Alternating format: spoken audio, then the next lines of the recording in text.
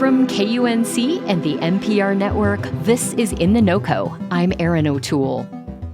Picture this. It's a warm summer evening. You've got burgers and sweet corn roasting on the grill. And for dessert, homemade cobbler with fresh peaches picked right off your very own peach tree.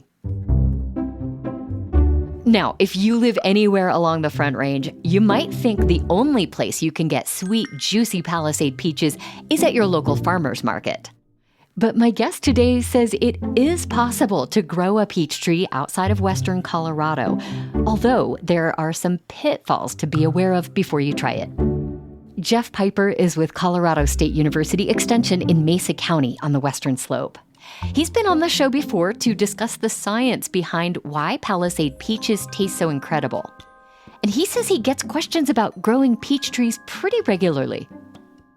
Honestly, I think it has a lot to do with the fact that Palisade peaches are just so darn good. You know, I think when you get one in the middle of the summer and you bite into it and you got peach juice running down your forearm and it's dripping off your chin and you think, man, this is delightful. I would like to do it myself. Well, Jeff, there are people on the Front Range who love the idea of enjoying the fruit from their own Palisade peach trees. So let's get this out of the way first. Can this be done? Can I successfully grow a peach tree in my yard in, say, Fort Collins or Loveland? So, Erin, I would say yes, but. And I think that's the challenge there because it can be done. Yeah. But the Front Range is going to have a lot more sudden frost events and much more extreme temperature variation than the western slope peach growing areas have. As someone trying to grow peaches, why should you care about that? Well, two reasons.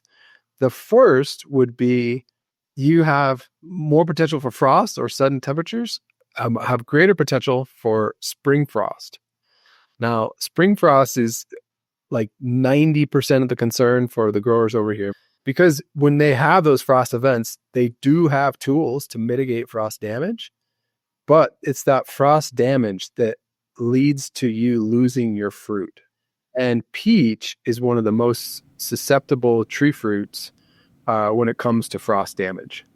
So that's what makes it really challenging to grow peach on the Front Range compared to on the western slope. Okay. So the frost danger is one reason. Yes. And then the other one would be the just overall winter temperatures. There are temperatures that will kill the trees outright or damage them to the point to where it's just not worth keeping it alive. Okay. Right. And peach is also susceptible to that. Gotcha. Where in the yard should I plant the tree for best results?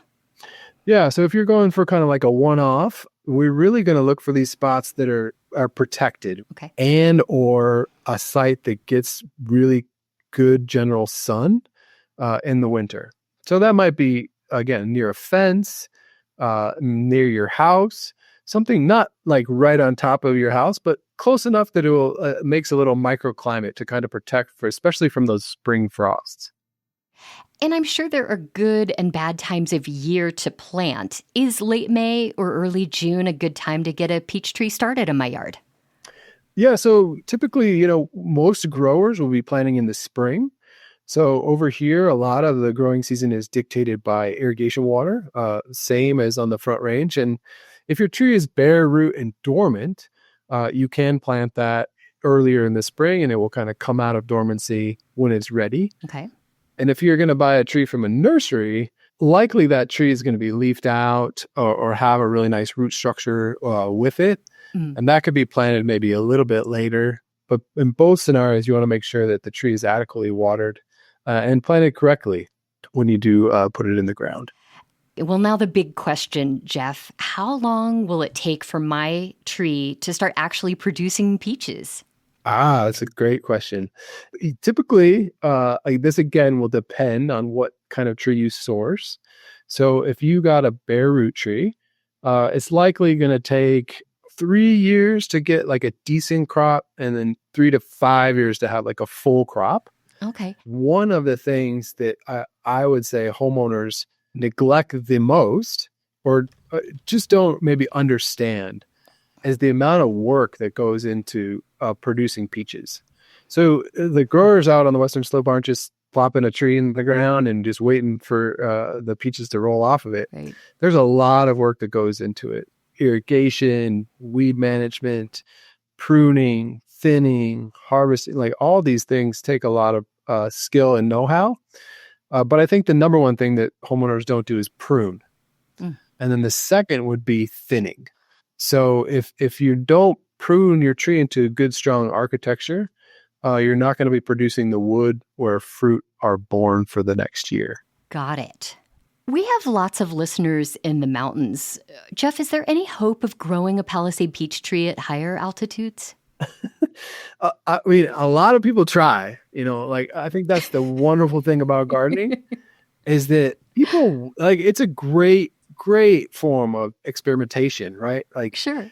I work specifically with a few people who are asking for advice on growing fruit trees in places like Eagle County, Summit County. Mm-hmm. I wouldn't say they're successful, but it's a great, like I said, experiment and hobby.